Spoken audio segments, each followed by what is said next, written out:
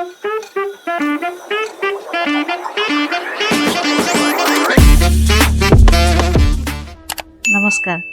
M.D.Taalksৰ অন্য এটা ভিডিঅ'লৈ আপোনালোকক স্বাগতম জনাইছোঁ। আহি আছে আমাৰ শিৱ চতুৰ্দশী। আমি শিৱ চতুৰ্দশীৰ দিনালৈ বহুত অধীৰ আগ্ৰহেৰে বাট চাই থাকোঁ। এয়া হৈছে হিন্দু ধৰ্মৰ এক ভাবিব নোৱাৰা উৎসৱ। প্ৰত্যেকটো উৎসৱৰে যেনেকৈ মাহাত্ম্য আছে, গুৰুত্ব আছে আৰু আমাৰ তাৰ লগতে ভাল পোৱা শ্ৰদ্ধা ভক্তি সকলোখিনি আছে, ঠিক তেনেকৈ শিৱ পূজাৰ কাৰণেও আমাৰ সিমানেই আছে। কথাতে কয় নহয়, জীৱ মাত্ৰেই শিৱ, যত জীৱ ততই শিৱ। অৰ্থাৎ প্ৰত্যেক জীৱৰ অন্তৰতে শিৱৰ মাহাত্ম্য অত্যন্ত গুৰুত্বপূৰ্ণ। যিয়েই নহওক, আমাৰ শিৱ পূজা আহি আছে। 8 মাৰ্চ সন্ধিয়া 9:57 পৰা আৰু পিছদিনাখন 9 মাৰ্চ সন্ধিয়া 6:17 আমাৰ শিৱ পূজাৰ শুভ মুহূৰ্ত পৰিছে।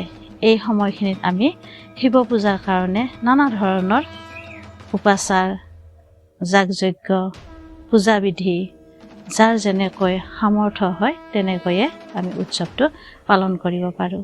যি কি নহওক, হিন্দু ধৰ্মৰ এয়া এক অলৌকিক, ভাবিব নোৱাৰা এটা ভগৱানৰ উৎসৱ। আমাৰ প্ৰত্যেকজন হিন্দু ধৰ্মৰ লগতে এয়া উৎসৱ আন্তৰিকভাৱে জড়িত হৈ আছে। এতিয়া কম আহকচোন আমি শিৱ পূজাখন কেনেকৈ কৰিব পাৰোঁ।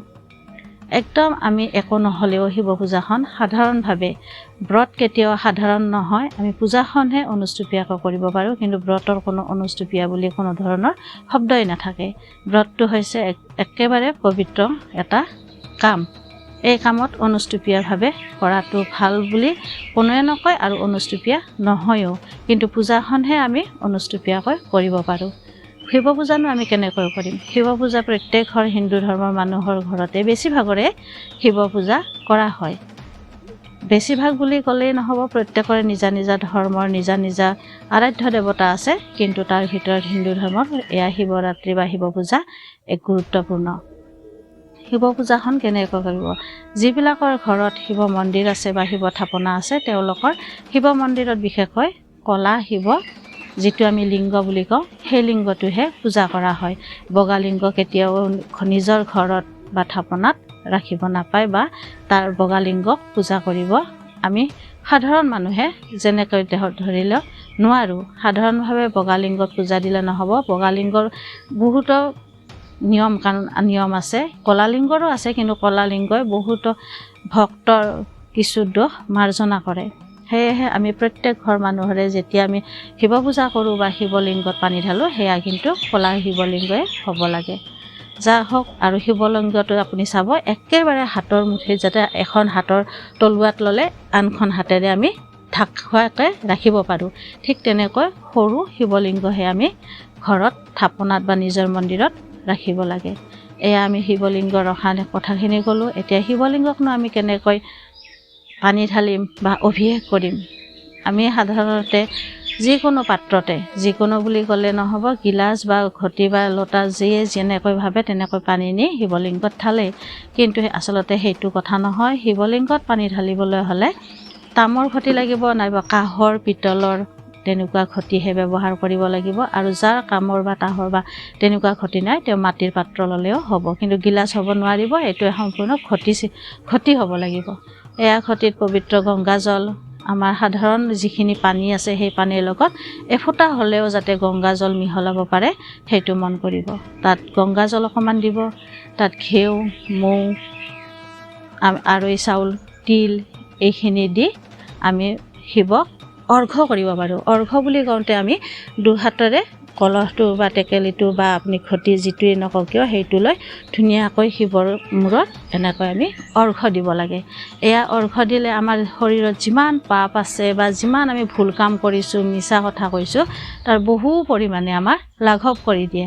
শিৱৰ এয়া অতি সহজে সন্তুষ্ট হোৱা এটা আমাৰ কৰ্ম। শিৱ পূজাৰ দিনাখন প্ৰত্যেকে এই কামটো কৰিব লাগে বা কৰা ভাল বা কৰা উচিত। শিৱলিংগত কোনোদিনে মূৰৰ পৰা সেৱা ল'ব নালাগে। সদায় শিৱলিংগটোৰ মানে য'ত শিৱলিংগটো শেষ হৈছে, শেষ হৈছে সেই শেষ হোৱা ঠাইখিনিতহে আমি হাতযোৰ কৰি তেওঁক প্ৰণাম কৰিব লাগে কেতিয়াও মাথাত হাত দি মানে শিৱলিংগটোৰ ওপৰ ভাগত হাত দি সেৱা কৰিব নালাগে তল ভাগতহে হাতখন লগাই তেওঁক শ্ৰদ্ধা ভক্তি সহকাৰে সেৱা কৰিব লাগে শিৱলিংগত একেবাৰে অত্যন্ত লাগতিয়াল বস্তুবিধ হৈছে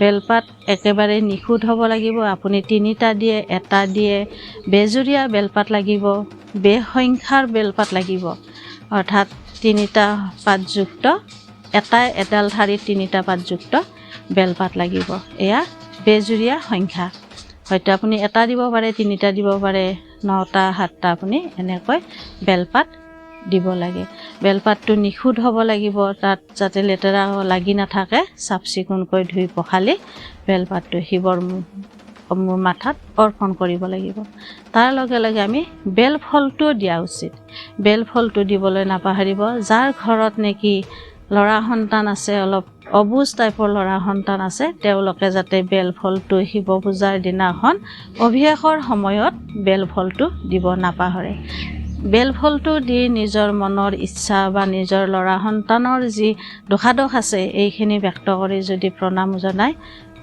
মহাদেৱে অতি সোনকালে সন্তুষ্ট হয় ভক্তক আশীৰ্বাদ দিয়ে এয়া শিৱ পুৰাণত থকা কথা এয়া শাস্ত্ৰত বৰ্ণিত কথা আৰু মহাদেৱৰ প্ৰিয় ফুল হৈছে ধতুৰা ফুল আকন ফুল বগা ফুল আপুনি যি সুবিধা অনুযায়ী পায় বা যাৰ ওচৰত যিটো ফুলে আছে অৰ্থাৎ ৰঙা ফুলত বাদে তেওঁক বাকী ফুলেৰে পুজিব পাৰে তেওঁৰ শৰাইখনতো বৰ বিশেষ একো নালাগে ভাং লাগে বুলিও কোনো ধৰণৰ শাস্ত্ৰত লিখা নাই যদিও আমি ভাং এচিলিমকৈ আগবঢ়াওঁ কিন্তু শিৱ পুৰাণত বা অন্য যিকোনো কিতাপতে তেওঁক ভাং আগবঢ়াব লাগে বুলি কিতাপত উল্লেখ নাই কিন্তু জনশ্ৰুতি মতে ভাং দি আহিছে দিব পাৰে তাৰ বিষয়ে মই বহলাই ক'ব নাযাওঁ যাৰ যিটো ইচ্ছা ফল হিচাপে বা তেওঁক ভোগ হিচাপে আগবঢ়াব পাৰে শিৱ পূজাৰ দিনাখন মহাদেৱক ভোগ আগবঢ়াব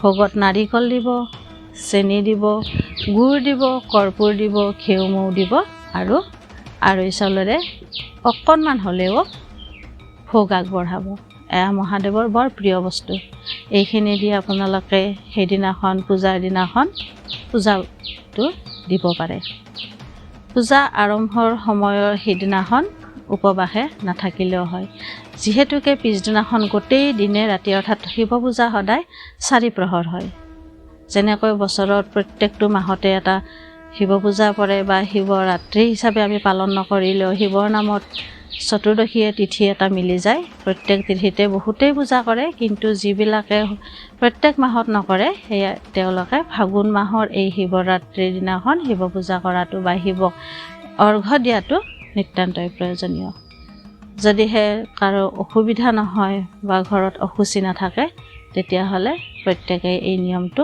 পালন কৰিব লাগে আমাৰ মানৱ জীৱনত নানা ধৰণৰ ঘাত প্ৰতিঘাত দুখ কষ্টৰে জীৱনটো পৰিচালিত হৈ থাকে তাৰ পৰা পৰিত্ৰাণ পাবলৈ এদিন হ'লে মহাদেৱক শ্ৰদ্ধা ভক্তি সহকাৰে পূজা দিয়াটো মানৱ জীৱনৰ এক কৰ্তব্য বা দায়িত্ব বা শ্ৰদ্ধা ভক্তিৰে এটা অংগ বুলি ক'ব পাৰোঁ তাৰ ভিতৰত এটা গুৰুত্বপূৰ্ণ কথা হ'ল যিবিলাক যুৱক যুৱতী বিবাহ উপযুক্ত হৈ আছে তেওঁলোকৰ বিয়া ভাঙি আছে বা বিয়াৰ কাৰণে সকলো প্ৰস্তুতি চলাই থকাৰ পিছতো বিয়াখন নহয়গৈ তেনেধৰণৰ যুৱক যুৱতীয়ে ডাঙৰ আহত গছৰ তলত শিৱ পূজাৰ দিনাখন সন্ধিয়া এগছি মিঠাতেলৰ চাকি ধূপ আৰু তাত অকণমান বগা ফুল আৰু চাউল কেইটামান আগবঢ়ালে তেনেকুৱা যুৱক যুৱতীৰ বিবাহ সোনকালে সম্পন্ন হয় বুলি